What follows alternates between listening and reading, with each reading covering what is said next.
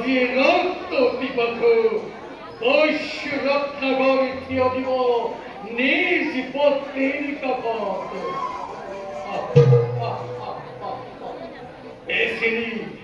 এসেনি প্রবাহিত রাধারে মনে জীবন রহস্যের কথা মিথ্য পিতৃ মাতৃও না জানে কেউর পুত্র দর্শন